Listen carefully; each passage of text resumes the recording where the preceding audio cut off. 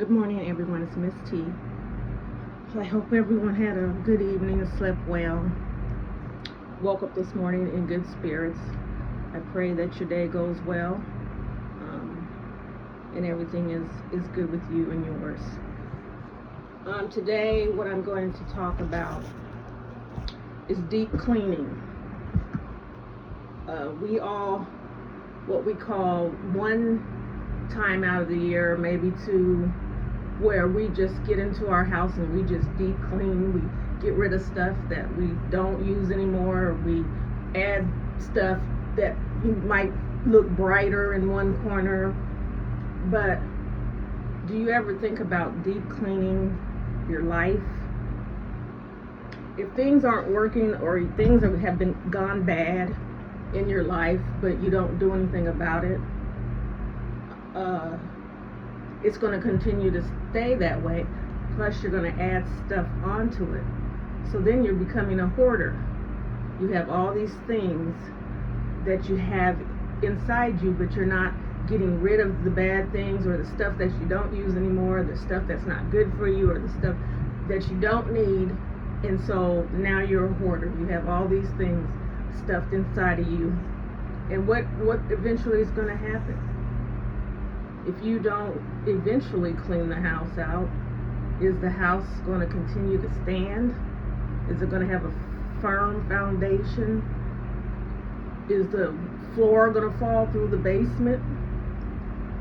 So some of the things that we think of are the most important, which aren't like material things. We need to focus that on ourselves, because if we're not together, we're not good, nothing else is going to be good. If you're not good, how are you going to take care of your children? If you're not good, how are you going to take care of your wife, husband, or issues or anything? So the main focus needs to be yourself.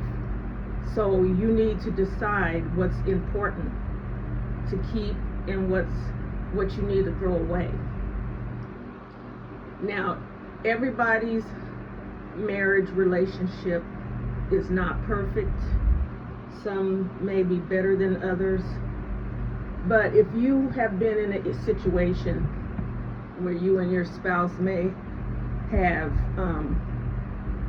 been on the verge of, leaving one another, and you decided to stay and you got counseling and you wanted to make it work, you can't hold on to all the stuff that happened or you had before going forward, because that's not making it any better.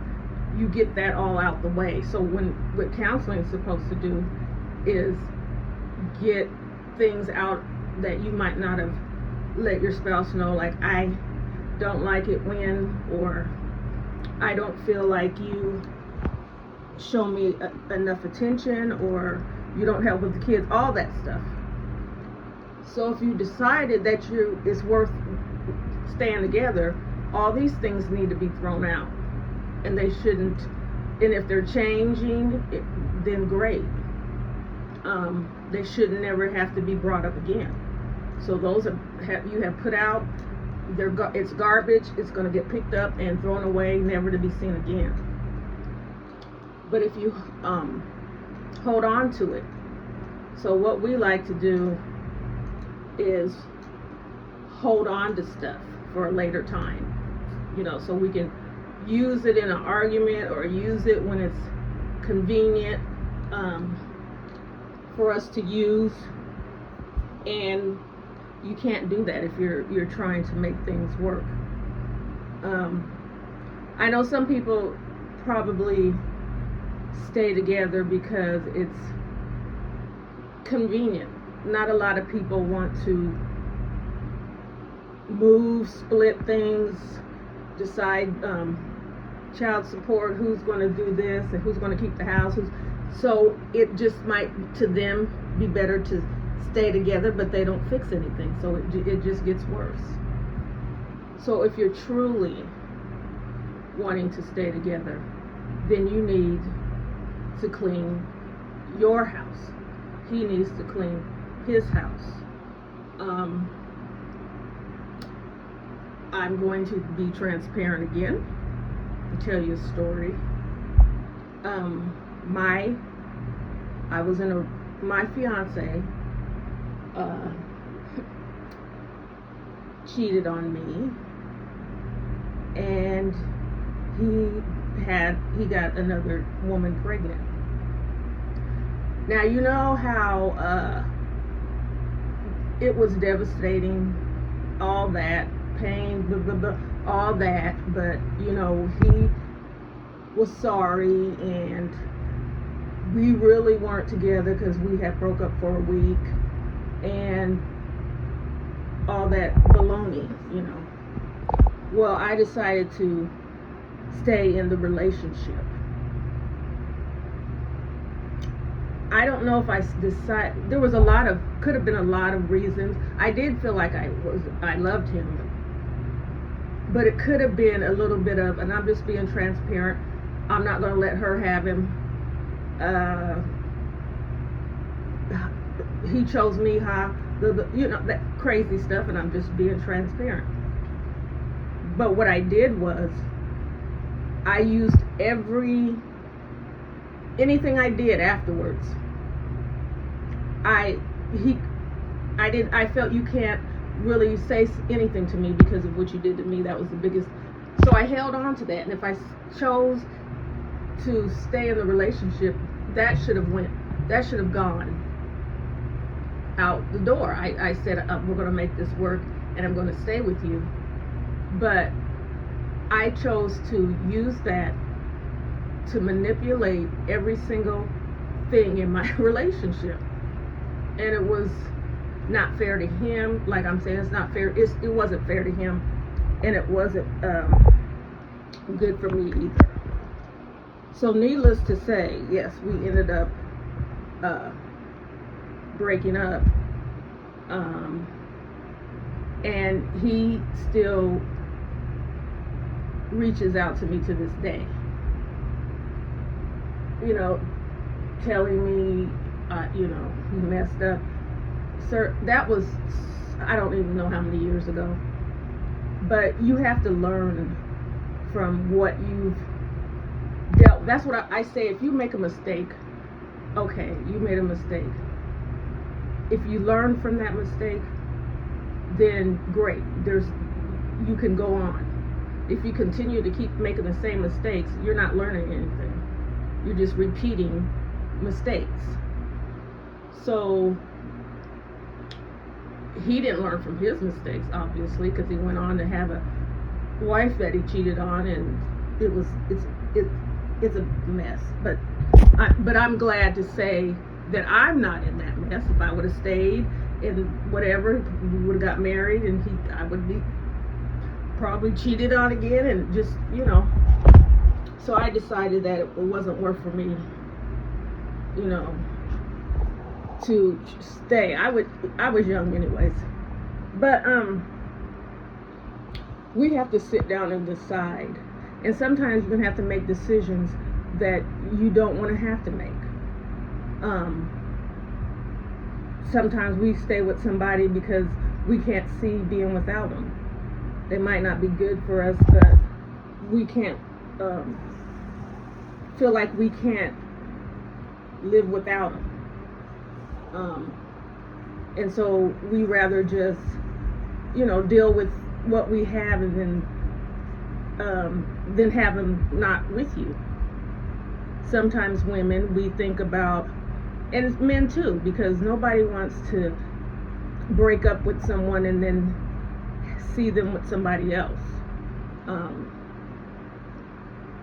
We feel that we're connected to them, and you know, we have some kind of, they have a hold. But there's nothing wrong. People, men and women, have to realize that your health and your mental health, your physical health deteriorates with the atmosphere, the things around you, and what's happening in your life, and what you're going through at the time. And if you don't keep it clean, you're gonna start to deteriorate. Your house is the foundation is going to shake or shift, because you have all this stuff piled up in it. So you decided to stay with your boyfriend, even though you know you've seen with your own eyes that he's done some things, but you rather stay with him than, because he drives you to school, to work every day, and you just don't want to mess up what's going on, what has been going on. And a little bit of it's good, because he might do something special once in a while, or takes out the trash. We accept, sometimes we accept the littlest piece of anything we can hold on to until they say they've done it. What did you you get in an argument, you're right here all the time, what did you do? Well, I took out the garbage. Who cares? But we'll praise that, when we want to use it for our benefit. Just a minute, I gotta take a drink of water. So it ends up being just a bunch of games being played back and forth. When you eventually know that it's going to have to end it, then what are you waiting for? It's easier than said. I can't even, what was my last relationship?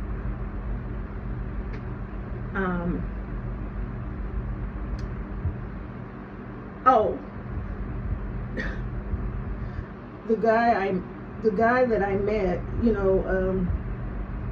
he was nice,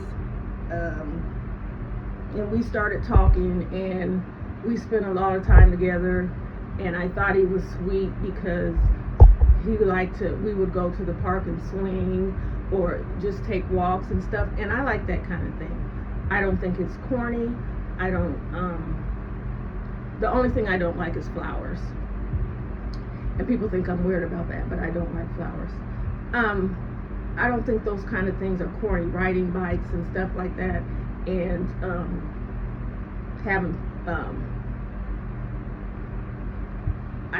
having a lunch in the park or whatever. So we would do all that, and everything was going pretty good until I got a text in the morning.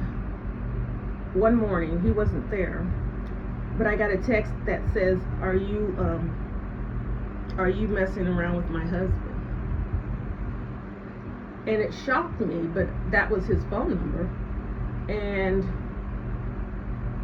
no, are you cheating with my husband? I don't remember the words, but I said, ask your husband, because I was shocked. And so when I confronted him, because I'm wondering, how does he have a wife if we spend every single minute of the day together? How does this work? So he called me the next morning, and I did the normal, going off and telling him, but he explained something to me, and I accepted it. I don't remember what the story was, but I accepted it. Even though in my mind, I'm like, well, who takes somebody's phone and plays games at 2-3 o'clock in the morning? But I accepted it because I enjoyed walks in the park. He was different from everybody else. He cared about my feelings. He would call me in the morning just to say that I'm beautiful, or good morning, beautiful, and have a good day. Just all those things. So we allow just those few little nice things to wipe out what we really truly believe. I truly believe in the back of my head that I push further and further that you have to have a wife. So we continued to date, but it just, I'm just trying to figure out. I'm at your house. We're out till 2-3 o'clock in the morning. I'm not understanding what's going on. So I never really questioned after that. Well, after a while, things become different, and then you start questioning. I don't have social media other than YouTube, and so I didn't know how to go out and look on other stuff, but I think he wanted me to find out that he was married or whatever, because he used my phone to go on his Facebook, whatever, and he didn't click out of it, or he didn't whatever.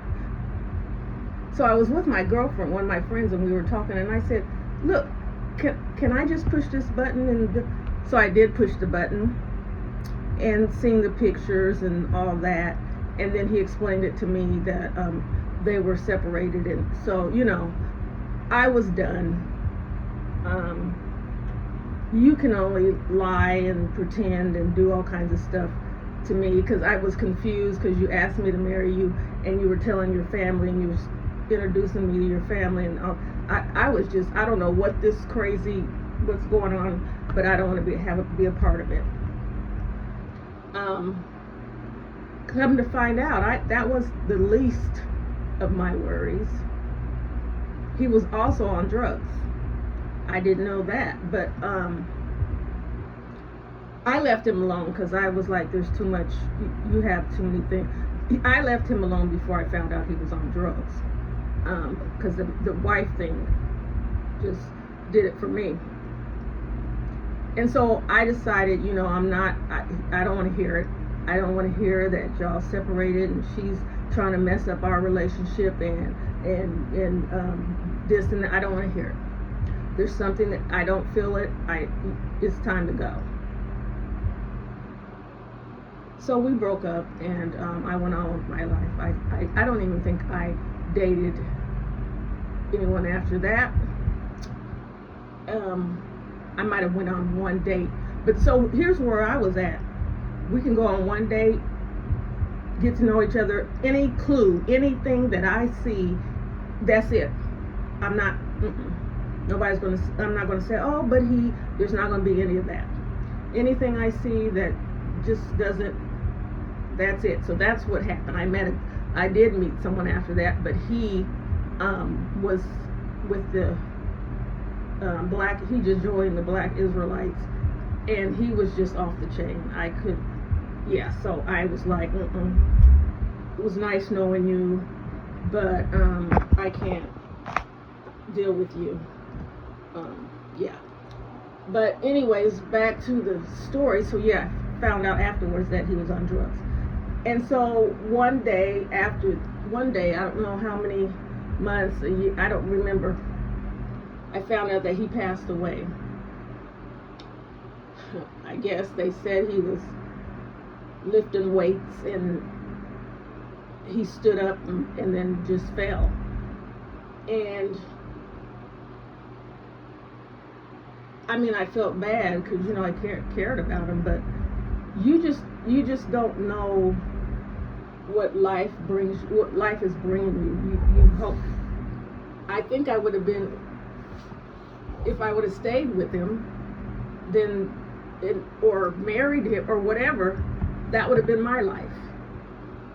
And so maybe that was, I'm not going to use that, but I just now cleared out. It's time to clear. Clutter, get the clutter out. So what we need to do is sit down and figure out what things that we need to put on the curb. What things that are worth salvaging, so that we can get our house back in order. I know people have watched Hoarders and seen some of the houses on there that are just beyond, They are disgusting and inhabitable, and I don't know how people live in them. Can you imagine that being inside of you? All the things that are cluttered and pushed together, and that's why you can't breathe. It's hard for you to breathe when you walk far, or your legs hurt because you're push. That's because you're pushing all these things in and down instead of getting rid of them. You just need to get rid of them. If it doesn't feel right, get rid of them. If he doesn't treat you right, get rid of him. If she's not coming home at night, get rid of her. Find a hobby you like to do. Some people have hobbies that they never go ahead and enjoy because, I don't know, they feel they don't have enough time in the day. Well, make time. If it's a hobby, if you like to crochet, join a crochet class. I need to learn how to swim, and I keep saying that, but I better just go ahead and sign up for classes so that I can learn how to swim. If you like pottery, there's pottery classes, cooking classes, painting, whatever that you like to do that's fun and gives you enjoyment, do that. We're not just robots that go around, work, clean, cook, take care of kids, work, clean, cook, cut the yard, work, we're not robots. We need nurturing just like any flower. We need in order to grow, we need things put inside in order to grow. We need to cut the weeds out. I done took it from the clutter of the house too. But yeah, we need to take care of ourselves like we would take care of something that we value. Like if you have a plant that you've been happy and because you're sprouting, but you took good care of that plant. Now take good care of yourself. Don't forget yourself. Have time for yourself. Make time for yourself. If you don't, it's going to fester, and your foundation is going to get a crack in it. And then they're going to tell you that we can't fix the crack, and the house is going to have to come down. You don't want to get to that point. Some people are stronger than others. They might go through a whole bunch of stuff in their life and just make it. They can shake it off. But other people are not like that. They get, stuff happens to them and they just feel like the whole world's closing in on them. And then instead of taking care of or getting help, they feel like they would be better off not dealing with it. So before you can go and help others unclutter their house, your house needs to be clean. You need to decide if there's too much on your plate. You need to decide what you have to get rid of. You can't do everything. You're not built that way. You can't do every single thing. You can't be at several different places at one time. You just can't. And if you try, you're not doing anything but harming yourself.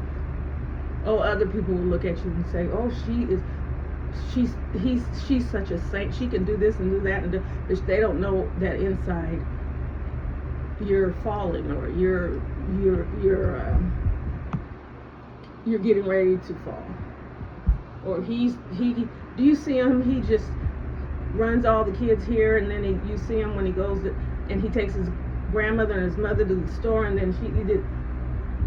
But they don't see inside that you're screaming for help. Because what will happen is, if you become the person that everybody relies on, and everybody knows, because there's one person in the family. There might be, if you're lucky, there's a few. But there's one person in the family that everybody knows. If you call that person, they're going to show up. If you need that person, they're going to be there. So who is the person that always gets called and always asked to help? That person. So by everybody else in the family just walks around and they're fine, because if mom's in the house and you have 6, 7 brothers and sisters, and you're the one that everybody knows that you can call and you'll be there, the other brothers and sisters are fine because they know you're taking care of mom. You're taking her to her doctor's appointments, and you're taking her to the grocery store, and you're going over and doing her laundry and cleaning her house and making sure she eats. And then they're coming by, for holidays and whatever. Have a meeting and tell them, and you don't have to be, upset about it. They should be understanding. You mean mom raised all of us together, and no, it shouldn't be a burden on anyone. As many kids as there is, you take mom on too, but that will happen. It happens all the time. My mom used to call me for everything. Well, she, not because she was still young. She would call me if something, can you go pick up such and such and bring it.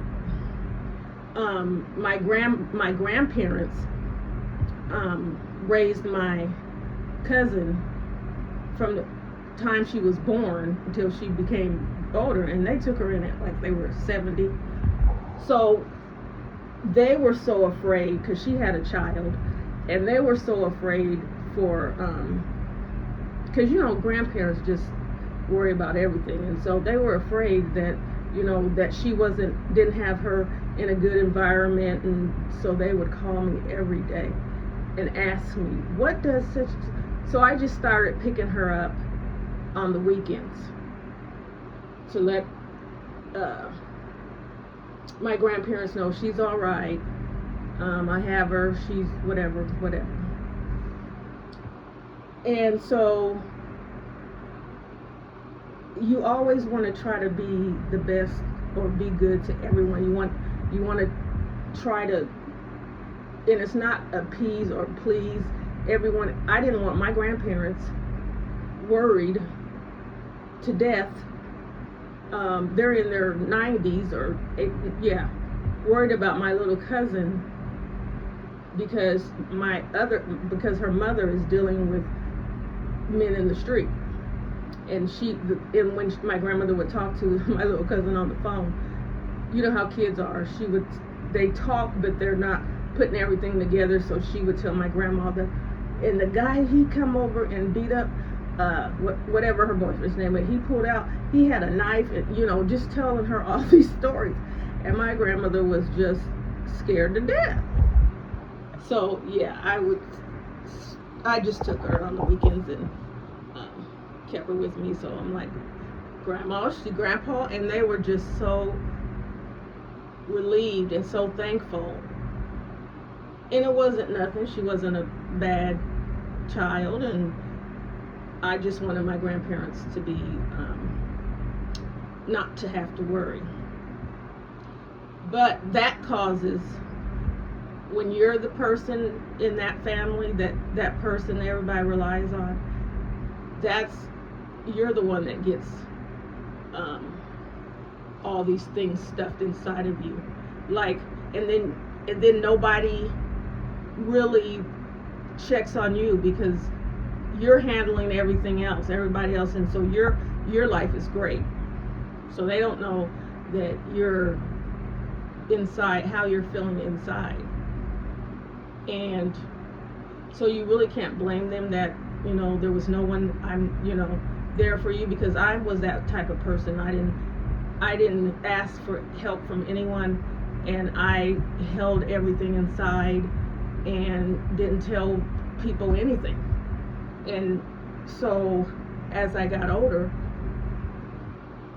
I ended up in therapy.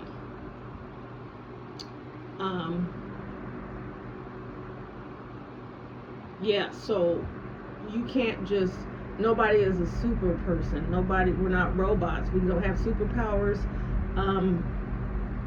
We don't have an extra heart when ours is slowing down. We don't have extra vital organs that we would need to continue to live. And by I say vital, I'm saying heart and lungs. I guess you can live with one lung, but I don't think it would be a very productive life.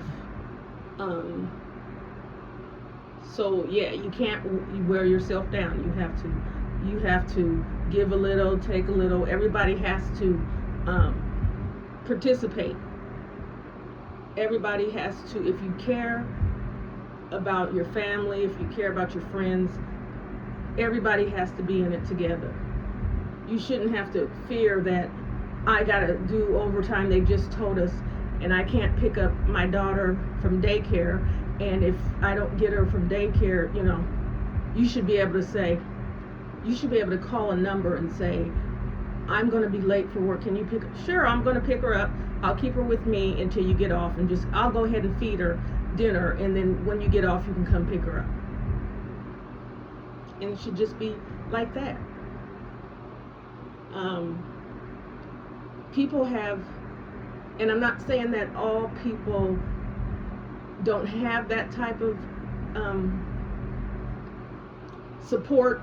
Some of us just, we get in these whatever, and we're like, it'll be the last time we get in our little ways, and then we put ourselves in a rut. But we need support. It takes a village to raise children. And I don't remember when the village went away, but I remember the lady on the corner when we were little. She told our mom everything, even when we was like, how did she know? Because she usually stood outside. She would stand outside with her hand on her hip, letting us know she's watching. But yeah, they used to tell on us. Some of them used to grab you. I'm taking you to your mom. Yeah, all that. So you felt there was eyes all over. I'm not doing nothing because we're going to get caught. You can't tell nobody's kid nothing, which I understand due to some certain circumstances. But if it was your relative or something like that, and you spanked them, and I'm not saying beat them, and they went home and told their mom, next thing you know, you two sisters are fighting out in the yard because you spanked your sister's son because he had a lighter and he was trying to light paper on fire in the bathroom. And now you two are fighting because she said don't touch her son. Not that he didn't learn not to take that lighter and try to catch that paper on fire. He learned that if he does something wrong, that nobody better not touch him but his mother, and she doesn't whoop him because he's her pride and joy. And so it's all going to, and then we wonder why, and then when did we get to the point where there's a dress code for parents at the school? They have to have a dress code for parents at the school.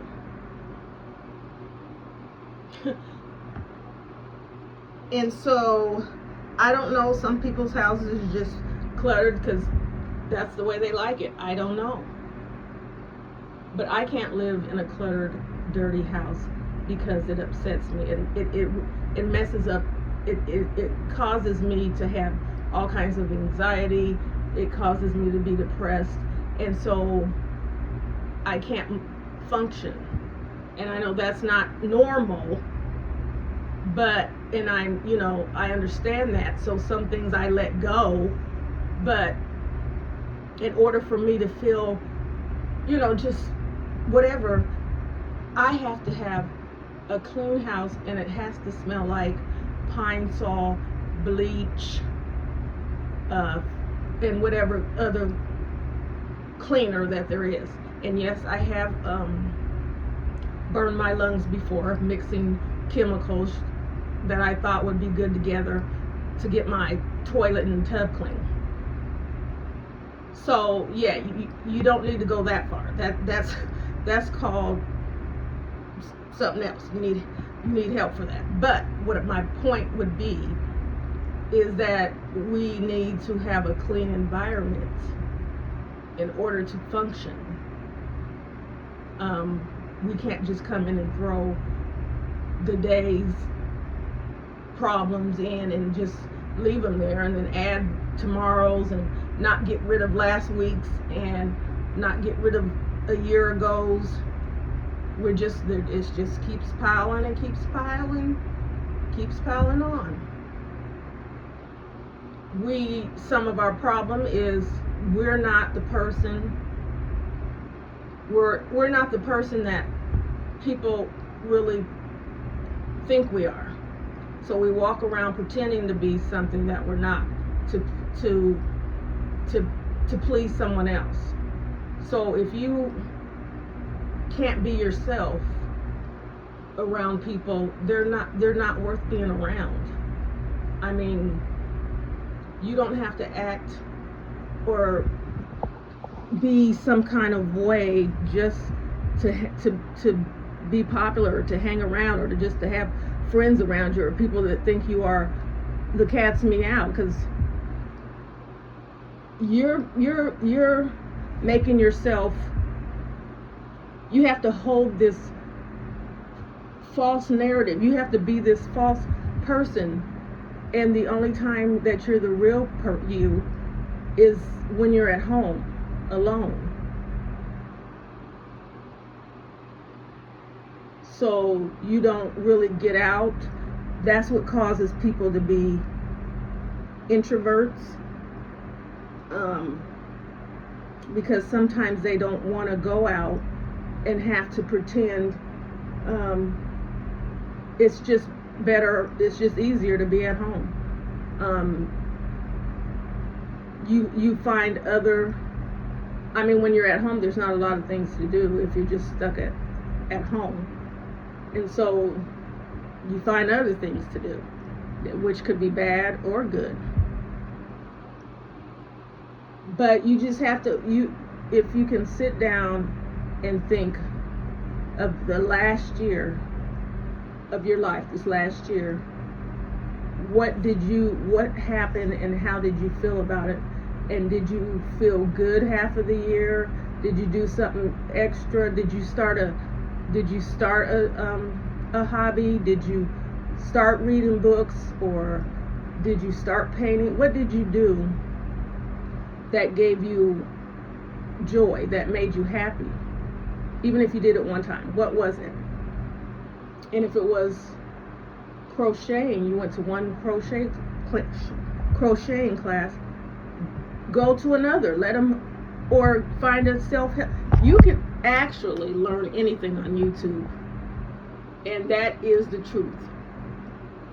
I said, I have all these big dreams.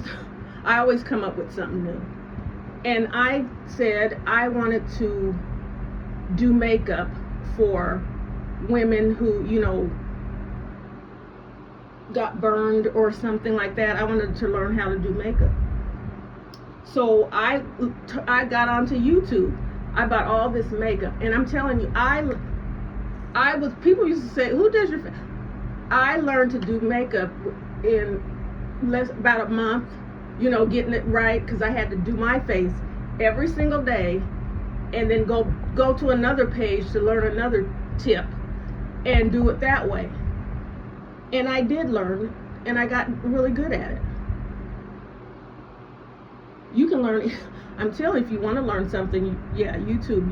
There is some good things on YouTube. They can teach you.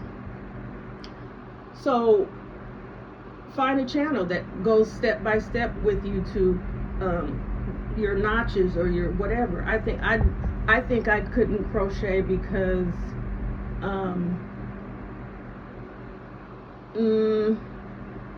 I don't know if I don't think I have the patience to crochet.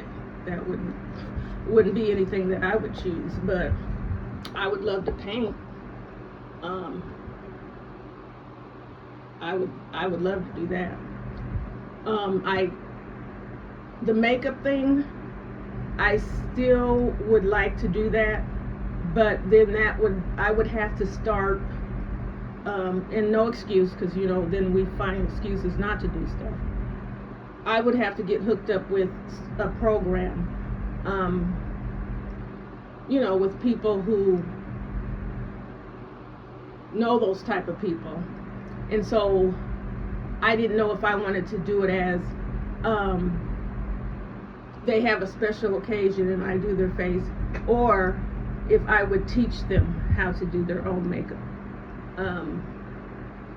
And there is a woman on YouTube, very pretty woman, but she got burnt, and she teaches people how to do their makeup on YouTube.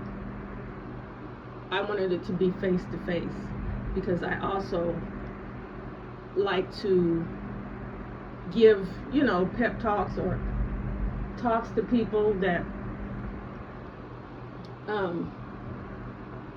I just love interacting with people and having conversations with like-minded people, or people that you feel just need just a little push, and then they could be off into the right direction. I do also work with young women and young men, because if we sit around and say women can't help young boys, and there's no one else, then who's going to do it? We always got something. We can't. You can't. Nobody can. My grandmother told me that don't believe in the word can't. Don't let nobody tell you you can't do something. If you tried it and it didn't work, then, if you want to try it again, try it again. But if someone says can't, you're not never going to try.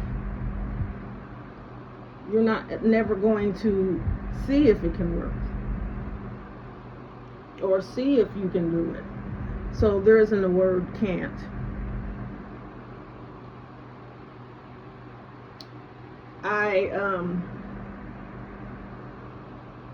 I read a lot of things I don't go to the news, except I went to look at the news today, and your boy Trump, he has a lot of stuff going on. I think he's going to have some issues with the Korean ambassador, or was it Chinese ambassador, or whoever it was making fun of him at the Oval Office in his face.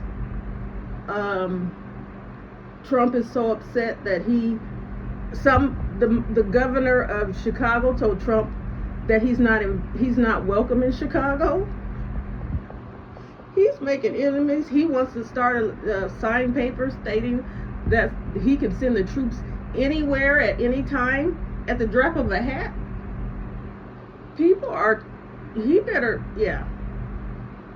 Then they say he has a health scare. They got he's firing people if they don't agree with what he said. He's just what is the word for it? I think with the Chinese, he said he can't wait to watch Trump playing golf with the man in Korea. So what he's basically saying is, we know you're in cahoots with him. That's your buddy. So yeah, so I don't think Trump is well respected, and I don't think he cares. just as long as he's on top, just as long as he's the president. He doesn't care. But yeah, I try not to read anything in there, but there's some, I skim through some things to try to find some topics to talk about. Because my main focus is God, and everyone knows that, but there are things that people also have to be able to, work through hardships and depression and addictions and all kinds of things. So, and that all stems from it all comes together. When you don't know where else to turn, you turn to the bottle, or you turn to the pipe, or the needle, or the wrapping paper, or whatever else, food, shopping. And I have a shopping addiction, and people might say, that's not nothing. It is. It is. I probably have 5 bags delivered a day on my porch, and for stuff that I forgot that I ordered and that I don't need, and everybody tells me that. What did you order that you're never going to use? That's the joke. It's not. It's an addiction, because the money that I'm wasting could go to good use. Yeah, it's not breaking me, or I'm not taken away from this to do this, but it's an addiction. And whenever I feel like I'm going into a depression, I pick up my phone and I go online and start shopping, and that's a problem. So please pray for me about that, and I'm serious, because anybody who has a shopping addiction knows it's just like any other addiction. You get high when you're shopping. You get that high. You get the high when it comes to your, and my high is all these packages come and I done forgot what I ordered, so it's like I'm getting surprised when I open them up, and then I just put them aside. Some stuff is still in boxes. I do give away a lot of stuff, but I just don't want to do it. I just want to be, I don't want to shop like that anymore. I just want not to do it. But so everybody tries something else instead of God. So they're getting these habits that make them feel good for the moment. Sex is an addiction, can be an addiction, and it only lasts for a moment. I had a friend tell me, because if you're if we get to know I want to know everything. I'm just fascinated by everything. My neighbor, when I was younger, I used to watch her son, but she was a prostitute. And as I got to know her, I would ask questions, because back then I couldn't imagine. I'm like, who would, so I would just ask her questions. She'd tell me. Some of the stories she told me was appalling. I knew someone who used to smoke the pipe, and so I just was like, well, there has to be, what does it do? Because there's a lot of people who do it. And what would make a person see all these people throwing away their life? They're walking around the street, and they make them try it after they see this. I didn't get it. So I was wondering if these people are from a certain era, or they all were doing it, because it shouldn't be no new. You know, it wouldn't make sense to me that you say, I'm going to try it because I want to walk around and not bathe and lose all my teeth, and I that would be crazy to me. Or in their minds, is it the I'm the only one who can handle it, I can handle it, they couldn't type of thing? I don't know. Crazy. This world is just crazy. That's all you can say. Evil. Evil. That's what it is. It's evil. So today, when you have time, when you're sitting down, you've gotten everything done, you're just sitting down, take a little tablet and write down some of the things you think you can do without.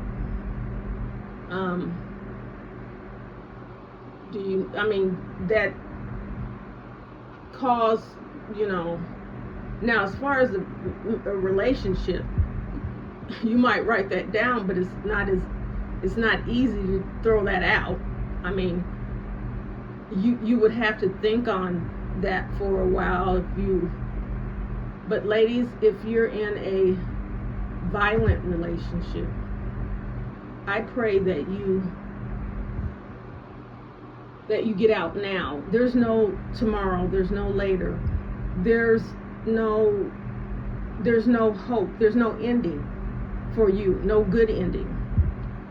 I've never seen, all I see is so-and-so shot by these stories. They don't never, I'm sure there are stories of women who've gotten away and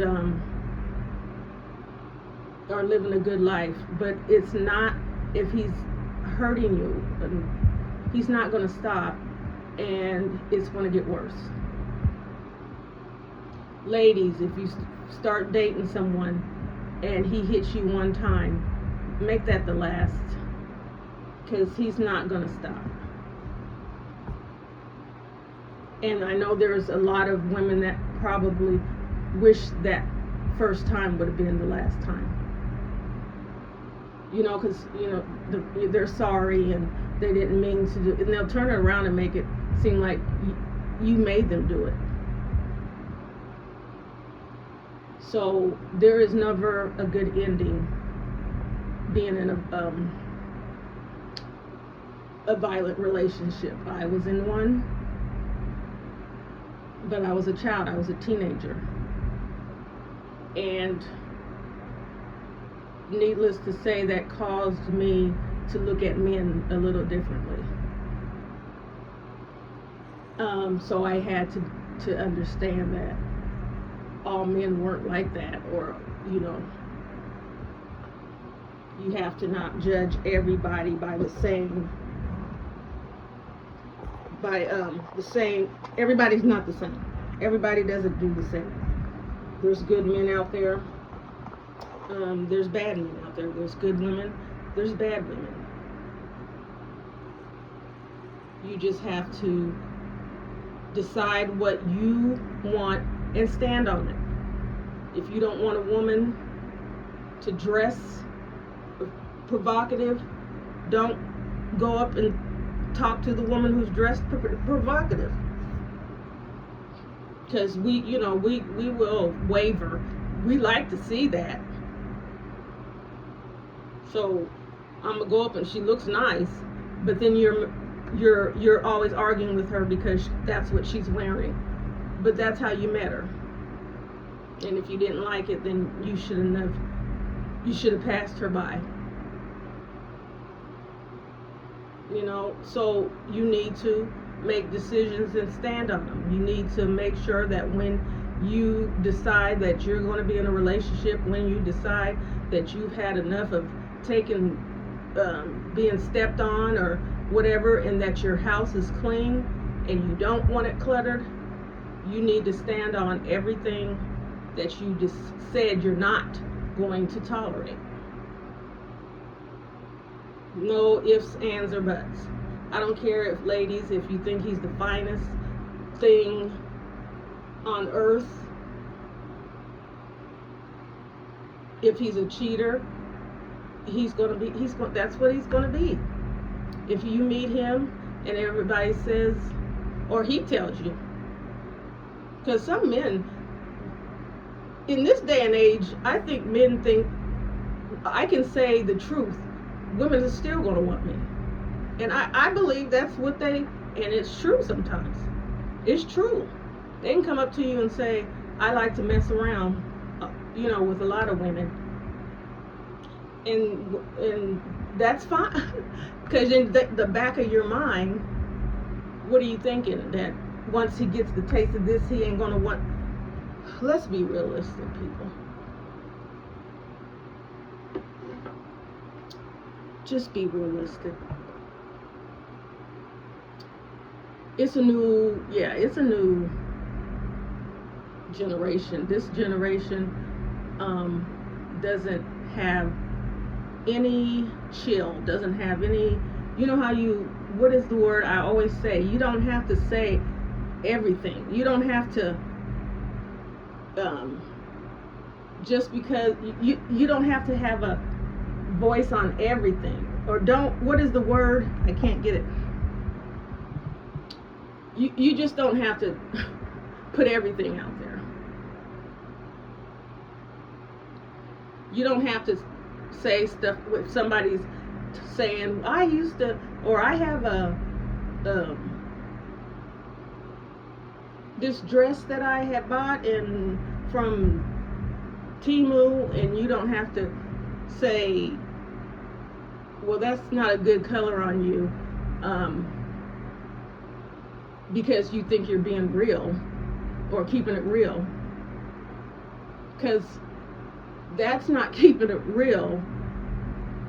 She seen what color the dress was when she bought it, so she must have felt that dress, that color looked good on her, and you're not the one wearing it. So you just don't have to say everything that's in your mind. Just doesn't have to come out. That's why we have we have brains, because we can say things in our head that we don't have to say with our mouths, because most of the time when we use our mouth is something negative or hurtful or evil, just to be saying it. Nobody likes their feelings hurt, so don't hurt people's feelings. Everything is not for you. Everything you're not the queen, king of every answer, or you're not King Solomon, you're not Esther, you're none of those people. You are a sinner and have fallen short and are like filthy rags. I'm just giving you the descriptions that God has called us in the Bible. Those aren't my descriptions, those are His. We all are sinners and fall short. Everyone, every last single one of us are sinners and fall short. So if you can remember that, maybe you can think twice, maybe before you open up your mouth, or maybe before you do something, or maybe before you act a certain way, you remember that you're a sinner and you fall short.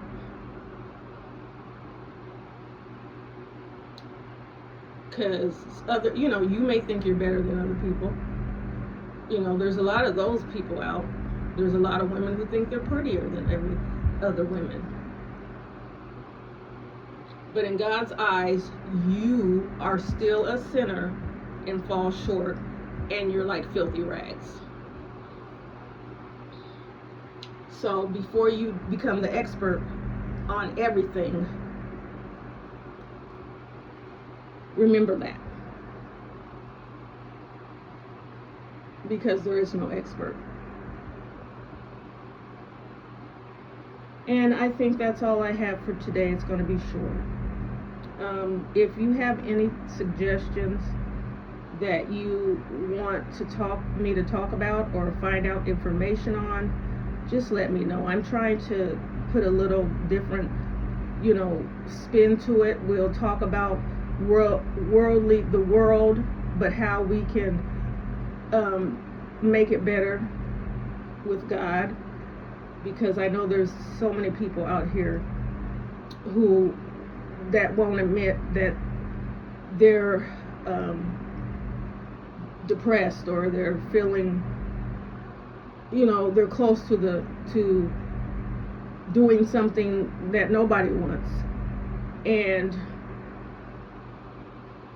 we need to learn how to embrace one another and see the signs, and check on our strong friends, and stop being selfish, and care about others.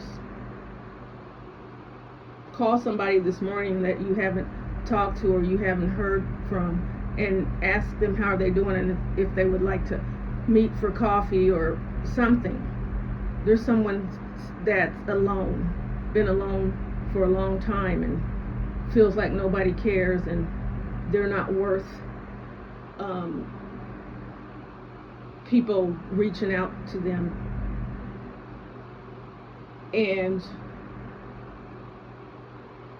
reach out to them, because your house is not that clean either. And until your house is clean, don't tell somebody about their house. Or if you see that their house may be getting cluttered, you might want to go and help them fix it, clean it. Ask them what they need. You don't know until you ask. And some people don't want to ask because they don't want to know. But until next time.